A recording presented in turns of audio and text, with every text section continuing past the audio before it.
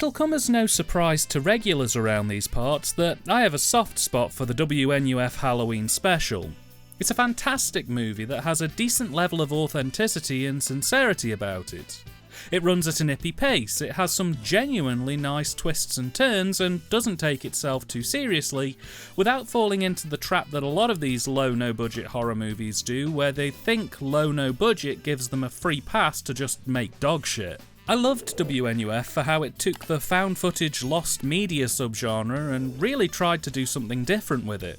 I loved the marketing, I loved the presentation. I thought it was genuinely an all-round fantastic release that is still pretty much the first thing I recommend to people who are looking for something a little bit different for their Halloween viewings. So when news hit in 2019 that a sequel was in the works and that crowdfunding had been set up in order to try and get the film over the line and into production, I didn't even begin to hesitate at throwing my cash, and I didn't have a lot of cash back then, at this project as hard and fast as I could. Because to me, it was a bit like asking me if I wanted a delicious cake and speedboat to complement the brand new car I'd just been gifted. It was a no-brainer. Unfortunately, as most of you are probably aware though, a certain global incident hit in 2020, and with that, delays, reworkings, and other such amendments had to be made. But in 2022, WNUF 2 was released to an unsuspecting public. Literally. At first, no announcement was given that they were shipping, leading to much amusement and confusion as the Out There Halloween megatape arrived on people's doorsteps courtesy of one Trader Tony. So, is Out There a faithful and solid sequel to WNUF? Well, the film is presented as a mail-order bootleg film. Think the kind of thing that Something Weird Video was doing in the 90s and you're not a million miles off. Trader Tony's Tape Dungeon specialises in weird movies and bootleg off-air recordings of mysterious happenings that were broadcast. And this, the Out There Halloween megatape, contains 2 off-air recordings from WNUF in 1995 and 1996, following the career of one Ivy Sparks. The opening feature on the tape comes from 1995 and is the Halloween special episode of Ivy Sparks' talk show. Think Maury, Jerry Springer, etc., and you're not a million miles off. Dubbed the Ivy Sparks Halloween Spooktacular, we used the time to get a bit of a better feeling for Ivy as a character, how she deals with people, what her style is. We're introduced to several guests, a man who's convinced he's a vampire, from the Midwest, a woman who's having a lesbian affair with a Civil War ghost, the usual stuff. And this is also used as time for the station's adverts to both help set the tone of the feature, while also giving a few nice callbacks and updates to stuff that happened in WNUF.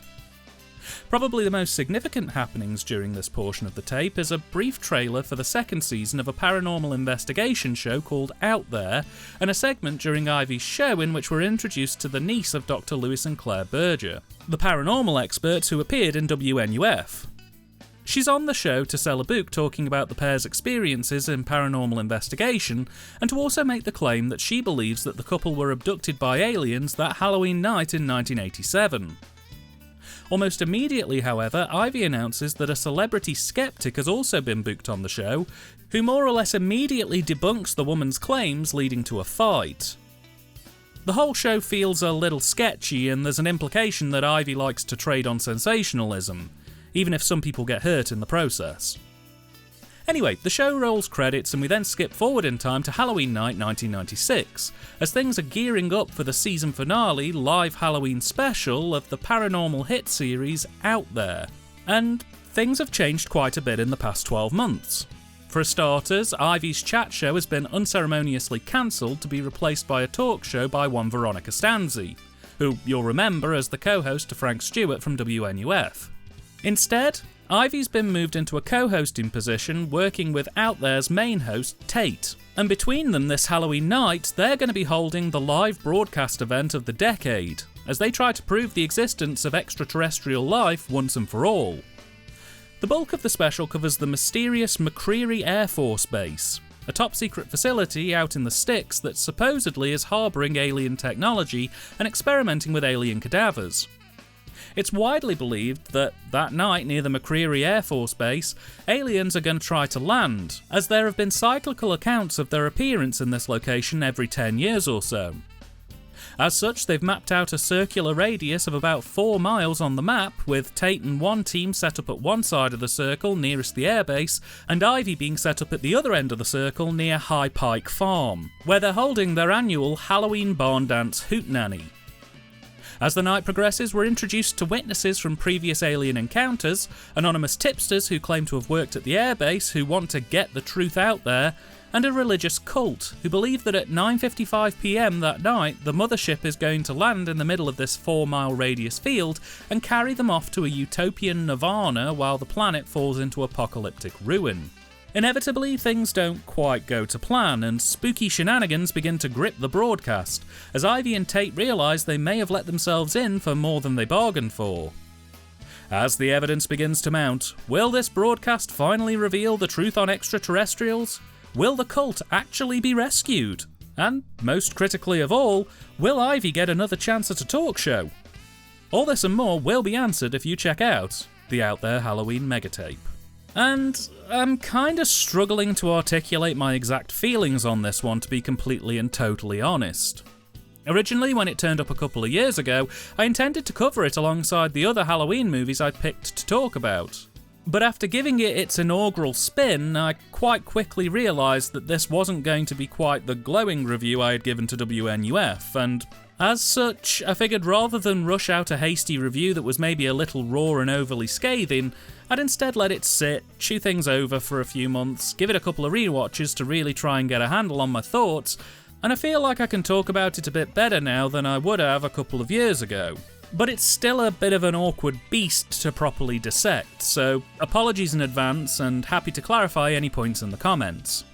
From a script perspective, this thing's fine enough. It's a good, solid attempt given the circumstances, and I really enjoyed it for the most part. It's cleanly plotted out, has a distinct 3-act structure that it transitions between nicely, and I really liked the attention to detail that both of the taped shows have in terms of really trying to sell them as mid-90s productions.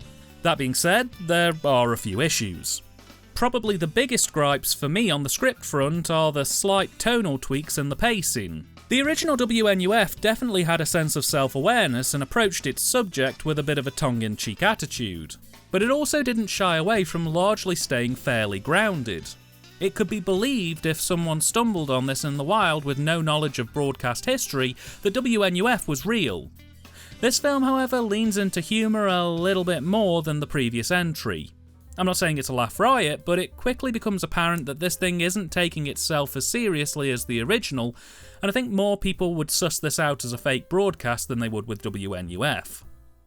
While the humour's largely up to snuff for me personally, there are a few moments where it did start to come across a little cringy or awkward. Some of the humour felt a little forced, and while I won't spoil the ending, it basically heads into gross-out slapstick territory, which I think undercut all of the build-up the film spent the past 85 minutes establishing.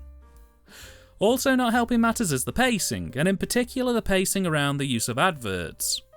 Now, commercial breaks in WNUF were an utter delight. The filmmakers had managed to near perfectly capture the tone and delivery of those low to no budget local adverts that would run on stations between 1984 and 1990. Because tech for those kind of commercials didn't really advance much during that window, it meant that Chris and the team had a lot of leeway in terms of what they could work with.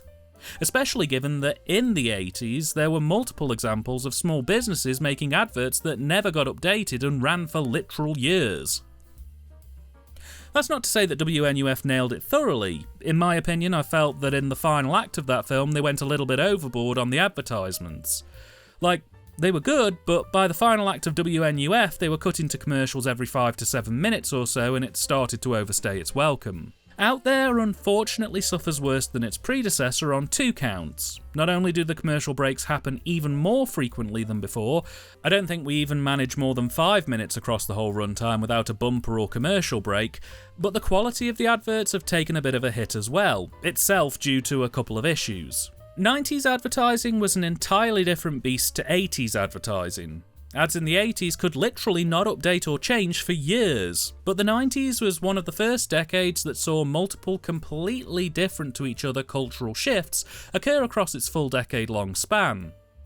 Comparing adverts from 1990 to 1992 with adverts from 1996 to 1998, you'd think they were completely different time zones, as we shifted from rudimentary CG and radical style commercials to a faux space-age sleekness that was early millennial advertising. The two are incompatible. Out There's commercials aren't always in line with the years these recordings take place. Don't get me wrong, having a couple of adverts that maybe look like they were made in 1992 or 1993 in your movie set in 1995 or 1996 isn't the end of the world and would make absolute sense. But there were a few that felt like they wouldn't have been amiss in WNUF, which aired in '87, and quite a few of them that felt much closer in tone and style to the kind of ads that were playing in 1999 or 2000. As someone who watches a lot of retro commercials, it's something I do when I'm unwinding, it kinda pulled me out of the immersive experience when I'd see something running with a theme or style that wouldn't really exist at this point for another 4 or 5 years. I know that's probably a me problem, but I also know a lot of people who watch these reviews who also like retro advertisements, and I feel that they'd probably be even more irked than me.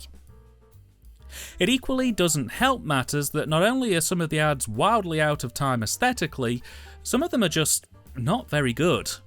The original film kind of prided itself on authenticity, but this film has ads that no one would believe were real. They use animation for some of the commercials that isn't bad animation at all, but isn't accurate for the time and feels off when converted to VHS quality. There's an over-reliance on green screen and blue screen work where, again, some of it works fine, but some of it utilises techniques that just wouldn't have existed at the time this film is trying to set itself. Compounding issues further still, the film really ramps up the sheer amount of ad breaks there are. The film's cutting away every 3 to 5 minutes for the full run time to commercials, and if I started to get a little tired of it by the third act of WNUF when they were cutting every 5 to 8 minutes, doing it at double the pace here was problematic. It just felt like the film overextended itself. It had too many ads of varying quality put out way too quickly. And I feel it throws the overall pace of the production out of whack as a result. It felt restless.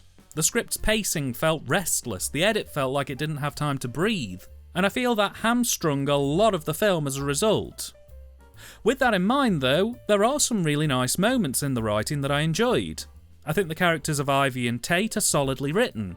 I think it was a smart move opening with the Ivy talk show from 1995 as it helps give the audience everything they could possibly need to know about Ivy up front before we see her dumped into a situation where she's clearly frustrated. That opening 30 minutes of Out There is a fantastic example of how to give your audience everything they need to know about your world, characters and more without them just directly telling you.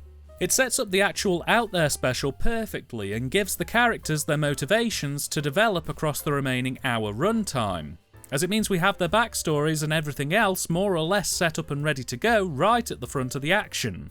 With that being said, I do feel that the supporting cast, however, are quite underwritten, with the religious cult basically just being an overly stereotypical hodgepodge of religious cult archetypes who don't really do much interesting beyond what you think they'd do.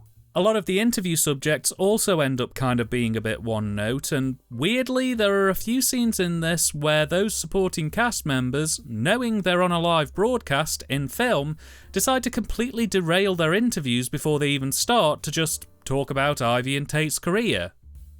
Like, in any professional production, these people would have had a chance to chat with these people before going live, or at the very least a runner or someone would have prepped them with what questions they were going to be asked or told them to stick to what's being asked by the questioner.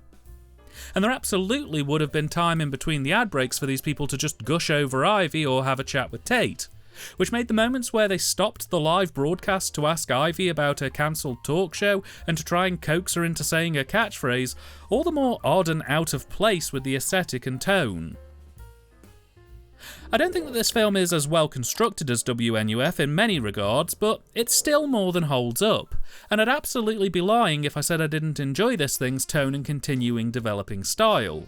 I just really wish it would have slowed down a bit on the commercials and that it wasn't afraid to let the film breathe a bit, both in terms of script and sequences. A lot of people take umbrage with films that slow down a bit, but with these kind of movies, not only is slowing the pace down essential for keeping the audience on side, but live broadcasts and TV in general have slower moments all the time. As anyone who's seen a live broadcast can confirm, it's rarely if ever wall-to-wall coverage. Sometimes it's fine to just have the characters stall for time until interesting stuff happens. As it stands, I think they probably could have removed at least a quarter of the commercial breaks, thrown in a couple more interviews or transmission breaks, maybe even a news bulletin or something to help break things up a bit more and make it feel like an actual TV broadcast. It would make things a lot tighter as a result.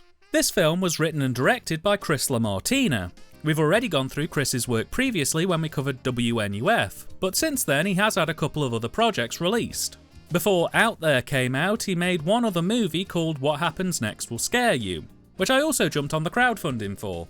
I always have time for a good LaMartinas flick, and I enjoyed it. I've just got to find somewhere in my schedule to get round to properly reviewing it. On the direction front, it's pretty solid. Other than the aforementioned issues with the commercials, Chris is an absolute master of degenerative throwback cinema. He puts days, literal days, into making this thing look and feel like it was pulled from a VHS bootleg. And in that regard, barring one or two very tiny moments where tape damage felt a little overused, I absolutely think he nailed the brief here. This largely looks and feels like it was made in 1995 or 1996. It's super stylised. Chris has clearly found his voice here with this kind of filmmaking, and I hope it's a style that he continues to develop. Turning this series into a trilogy, especially given all of the loose thread nuggets that he drops in across this thing, has got to be a no-brainer at this point, right? It's low no-budget cinema and he's managed to absolutely make something unique, stylish and interesting out of it. And while it may not be as authentic as WNUF, I still absolutely loved how this thing looked and felt, and I had a lot of time for it.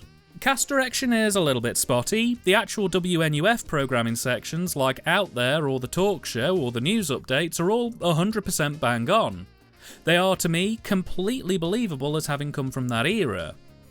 They're a little bit stiff, but not robotic. There's a certain level of what was considered professionalism at the time, but would probably be considered a sense of detachment by modern standards, and I think they really got that tone and pace down pat, and Chris was clearly working very closely with the cast and crew to realise it. But again, for the supporting cast or the adverts, it feels a lot more hands-off. This is total speculation on my part, but it wouldn't surprise me if they shot and planned the commercials first while the pandemic was going on, because they involve minimal people and stock footage for the most part, which is why the direction's a bit looser, because they couldn't be more hands-on. Then they shot the actual TV programme elements later in production once restrictions were a bit looser and they could actually get on location and on set in larger numbers. In either case, where it works, Chris has absolutely nailed it. Where it doesn't, it's a little on the loose side and I feel it could have had a bit more polish.